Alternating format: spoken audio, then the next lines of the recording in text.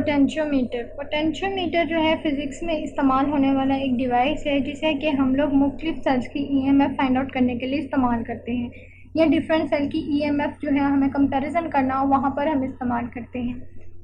इसके अलावा अगर किसी सेल की इंटरनल रेजिस्टेंस मालूम करनी हो या किसी सर्किट के अंदर लो रेजिस्टेंस का कंपैरिजन करना हो, लो रेजिस्टेंस के बारे में मालूम करना हो, तो वहाँ पर हम जो है पोटेंशियोमीटर को इस्तेमाल करते हैं। पोटेंशियोमीटर की जो कंस्ट्रक्शन है वो उसी तरीके से जैसे हमारे पास रियोस्टेट की कंस्ट्रक्शन होती है। हमें मालूम है कि रियोस्टेट में भी दो टर्मिनल हैं जो कि फिक्स हैं। सिमिलरली यहाँ पर भी दो टर्मिनल्स होते हैं जो कि फिक्स होते हैं और इनके दरमियान ये वायर है। इस वायर की जो लेंथ है वो तकरीबन 400 सेंटीमीटर्स है, या इसकी लेंथ जो है 4 मीटर्स है।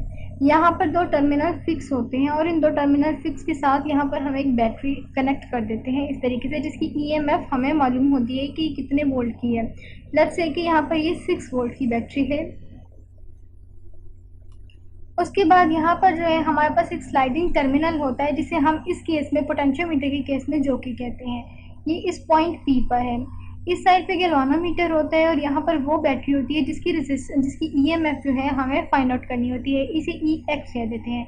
ये कंस्ट्रक्शन होती है हमारे पास पोटेंशियोमीटर की। अब जैसे कि हमें मालूम है कि रियोस्टेट में हमने कहा था कि जो इस पूरे रियोस्टेट की रेजिस्टेंस है वो डिपेंड करती है इस स्मॉल रेजिस्टेंस आर पे। जितना ये फासला इंक्रीज होता चला जाएगा आर के लिए, उतना ही वोल्टेज अक्रॉस ए और सी जो है वो बढ़ता चला जाएगा। सिमिलरली यहाँ पर जिस तरीके से आर स्मॉल आर जो है वो बढ़ता चला जा रहा है, उसी तरीके से ए और सी के दरमियान जो है पोटेंशियल डिफरेंस इंक्रीज करता चला जाएगा। और ये जो पूरी चूंकि ये वायर है ना, यहाँ पर तो अभी जो कि जो है सिर्फ इस पॉइंट पर है, इसलिए हम लोग ए और सी के दरमियान बात कर रहे हैं। लेकिन चूंकि ए और बी भी तो एक वायर है ना, तो इस पूरी वायर को हम लोग कैपिटल आर से रिप्रेजेंट कर देते हैं। यहाँ पर मुझे पी को थोड़ी देर हटा देना चाहिए ताकि कन्फ्यूजन ना हो। कैपिटल आर से रिप्रेजेंट करते हैं। तो अगर ए और बी के दरमियान पोटेंशियल मालूम करना हो तो वो पोटेंशियल डिपेंड करेगा इस कैपिटल आर पे। जितना ज़्यादा ये कैपिटल आर होगा उतना ही ए और बी के अक्रॉस जो है पोटेंशियल होगा। अब जितना पोटेंशियल इस स्मॉल आर के अक्रॉस है, जितना पोटेंशियल डिफरेंस इस स्मॉल आर के अक्रॉस होगा, उतना ही पोटेंशियल डिफरेंस इस स्मॉल ये जो बैटरी है ई एक्स जिसकी ईएमएफ हमें मालूम करनी है इसके अक्रॉस होगा। तो अगर मैं ये कहूँ कि potential difference across E x जो है वो बराबर है potential difference across small r, तो ये जो स्मॉल आर है इसके अक्रॉस तो I into small r potential difference होगा और ये बराबर है ई एक्स के।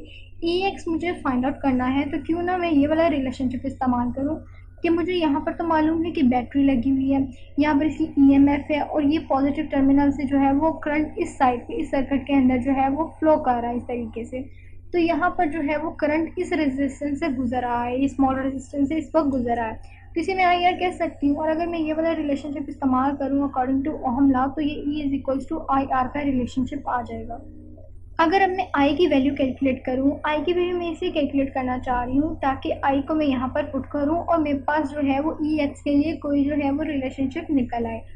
आई मुझे मालूम है कि ई डिवाइडेड बाई कैपिटल आर आ जाएगा।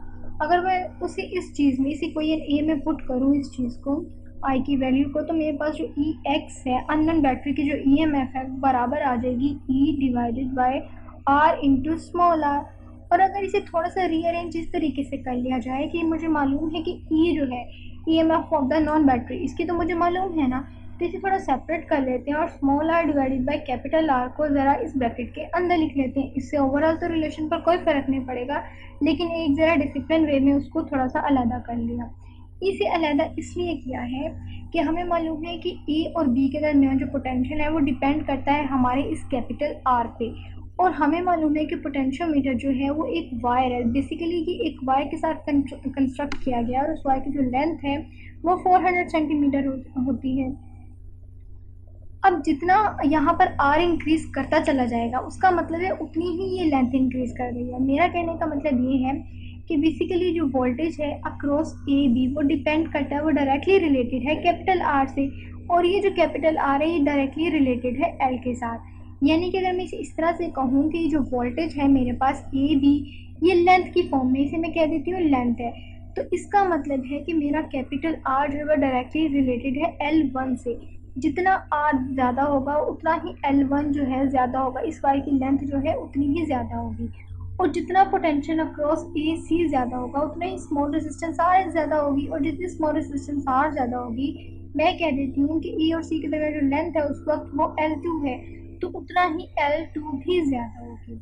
इसका मतलब है कि जो कैपिटल R है, अगर मैं यहाँ पर डायरेक्टली हटाऊँ तो कैपिटल R जो है मेरे पास K इंटू L1 आना चाहिए और स्मॉल r जो है वो K इंटू L2 आना चाहिए। अब अगर मैं इस चीज़ को इस इक्वेशन B में पुट करूँ तो मेरे पास पुट करने से जो ई एक्स की वैल्यू आएगी वो E is equals to into R divided by capital R है। आर की यहाँ पर अभी हम लोगों ने जो वैल्यू फाइंड आउट की है वो है के इंटू एल टू, यहाँ पर के इंटू एल टू और यहाँ पर के इंटू एल वन। अब के तो कांस्टेंट है तो उसे मैं काट सकती हूँ, तो जो यहाँ पर ई एक्स आ जाता है E M F of the unknown battery वो इज इक्वल्स टू है E into L two divided by L one. इस तरीके से जब भी हमारे पास ई एक्स फाइंड आउट करना हो, यानी कि आपको आपकी कोई एक ऐसी बैटरी है, सेल के अंदर दो बैटरी लगी है, एक की ईएमएफ आपको पता है और दूसरी की आपको मालूम करनी है, तो आप दी गई ईएमएफ, जो बैटरी की ईएमएफ आपको मालूम है उसे आप मल्टीप्लाई कर सकते हैं विद द रेशियो ऑफ, ये जो है हमारे पास रेशियो आती है L2, वो वाली लेंथ है जो पोटेंशियल डिफरेंस अक्रॉस ए और सी है। सी जो है वो पॉइंट जोकी है, जहाँ पर हमारी जोकी जो है वो स्टेबल होती है, यहाँ पर हम उसे रोकते हैं, जहाँ पर हम उसका पॉइंट रखते हैं वायर के ऊपर, उसके दरमियान डिस्टेंस को मेजर करके वो लेंथ यहाँ पर लिख देंगे और ए और बी के दरमियान जितनी लेंथ है उसे हम यहाँ पर लिख देंगे। बेसिकली ये हम लोग जो ऑपरेटर्स है इस तरीके से सेट करते हैं लैब के अंदर कि ये हमारे पास जो है एक पोटेंशियोमीटर होता है। ये आप देख रहे होंगे, इसे मैं थोड़ा सा इन्हांस करके दिखाती हूँ इस तरीके से। इस तरीके से ये हमारे पास एक पोटेंशियोमीटर है, ये 0 से लेके 100 तक जो है कि इस पॉइंट बी से लेके यहाँ तक रीडिंग होती है।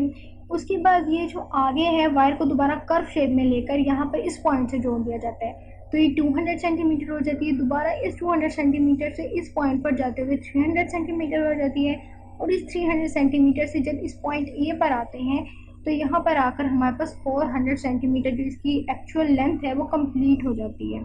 अब इसके बाद होता ये है कि हम पॉइंट बी से अपनी एक की के वन को अटैच करते हैं, उसके बाद इसको हम बैटरी से लगा देते हैं जिसकी ईएमएफ हमें मालूम होती है। ये ईएमएफ जो है नॉन है, जो हमें मालूम है। और यहाँ पर जो है एक बैटरी है, ये हमारे पास जो है यहाँ पर हाई रेजिस्टेंस बॉक्स लगा होता है। ये हाई रेजिस्टेंस बॉक्स है जिससे हम अपने रिक्वायरमेंट के अकॉर्डिंग जो है वो रेजिस्टेंस निकाल लेते हैं। ये वो बैटरी है जिसकी ईएमएफ जो हमें मालूम करनी है, इसे ईएक्स कह देते हैं। ये गैल्वानोमीटर है और ये वो पॉइंट सी है जिसे हम लोग जोकी कहते हैं। ये इस किस्म की जोकी बनी होती है और इसे हम इस पूरी वायर के ऊपर मूव कराते हैं। हम लोग क्या करते हैं कि सबसे पहले हम लोग एक वायर को कनेक्ट करते हैं बी से, उसके साथ जो है एक की वन लगा देते हैं और उस की को जो हमारी बैटरी नॉन है उसके साथ लगाकर यहाँ पॉइंट ए से एक सर्किट कंप्लीट कर देते हैं। ये सर्किट कौन सा हम लोग कंप्लीट करते हैं, ये सर्किट ये वाला है जिसे हम लोगों ने यहाँ पर शो किया है। ये वाला ऊपर वाला सर्किट है जिसे हम लोगों ने कंप्लीट कर दिया है। इस फॉर्म में हम लोगों ने इस सर्किट वन को कंप्लीट कर दिया। अब दूसरा सर्किट हम लोगों ने इस तरह से बनाया है कि दूसरे सर्किट में हम लोगों ने यहाँ पे एक रेजिस्टेंस लगा दी, ये हमारे पास की 2 आ गई। इसे हम लोगों ने अपनी सेकंड वाली जो ईएमएफ मालूम करनी है जिस बैटरी की, उसके साथ कनेक्ट कर दिया और इस बैटरी को हम लोग जो है गैल्वानोमीटर से भी अटैच कर देते हैं। सबसे पहले हम करते ये हैं कि हम अपनी इस की वन को जो है क्लोज कर देते हैं। की वन जो है हमारी क्लोज हो जाती है। ये दो की होती हैं, की वन और की जो है की टू। सबसे पहले की वन को क्लोज करती हैं जिसकी वजह से हमारा ये वाला सर्किट जो है ये क्लोज हो जाता है। ये वाला सर्किट क्लोज हो जाता है और इस की को ओपन रखते हैं। हम ये करते हैं कि हम इस जोकी को इस पॉइंट ए से लेके, ये पॉइंट बी है हमारे पास और ये पॉइंट ए है, क्योंकि इधर से लेके इधर तक लेंथ है जो वो 400 सेंटीमीटर कंप्लीट हो जाती है।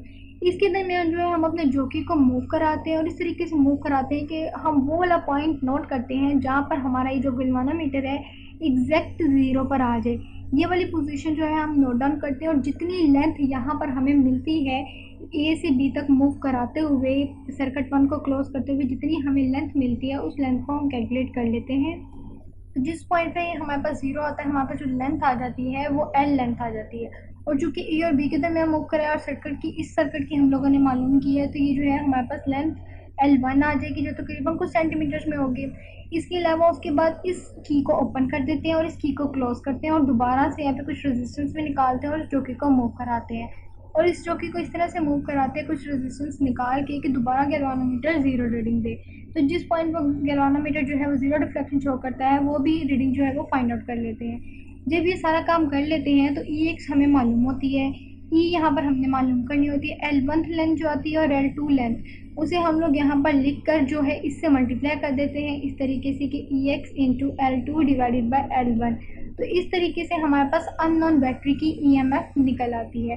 तो इस तरीके से हम किसी अननोन बैटरी की EMF निकालने के लिए या किसी सेल के अंदर जो है इंटरनल रेजिस्टेंस उसकी इंटरनल रेजिस्टेंस फाइंड आउट करने के लिए सेल की, या अगर हमें दो EMF दी गई हो और उनका कंपैरिजन करना हो तब भी हम जो है यही कंसेप्ट पोटेंशियोमीटर वाला इस्तेमाल करते हैं और इनका कंपैरिजन भी कर लेते हैं, उनकी इंटरनल रेजिस्टेंस भी फाइंड आउट कर लेते हैं, लो रेजिस्टेंस भी फाइंड आउट कर लेते हैं, और किसी सेल की जो है अगर हम लोगों को अननोन EMF मालूम करनी हो वो भी मालूम कर लेते हैं।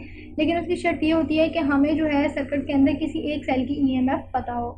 तो इस तरीके से हम इसे कंस्ट्रक्ट कर लेते हैं और पोटेंशियोमीटर को इस्तेमाल करते हुए अननोन बैटरी की EMF फाइंड आउट कर लेते हैं।